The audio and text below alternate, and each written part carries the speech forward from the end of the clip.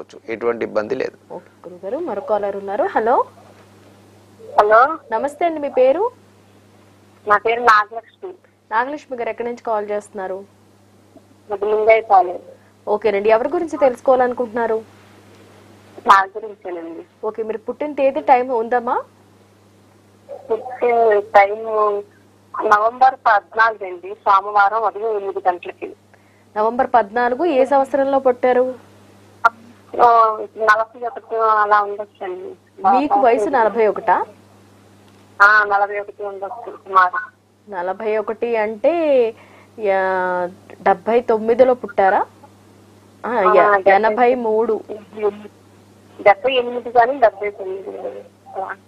Okay, 79 79. ఏంటండి problem? ఏంటి అది? ఉదయం 8 గంటలకండి? ఉదయం 8 గంటలకి సోమవారం. ఏంటండి మీ సమస్య ఏమిటి?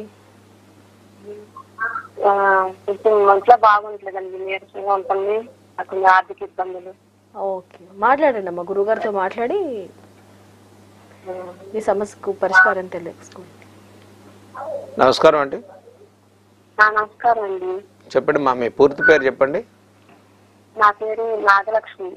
ఓకే ఓకే అమ్మా, చెప్పండి సమస్య ఏంటండి? కొంచెం ఒంట్లో అలసటగా ఉంటుంది, నీరసంగా, ఆర్థిక ఇబ్బందులు. ఎక్కువగా మీరు ఈ సమస్య ఎక్కువగా మీరు ఒత్తిడి కలుగజేస్తోంది, దానివల్ల మీరు కొంచెం మానసికంగా కూడా ఒత్తిడి కలుగుతోంది. మీ జాతకంలో అర్ధాష్టమ శని ప్రభావం నడుస్తుందమ్మా.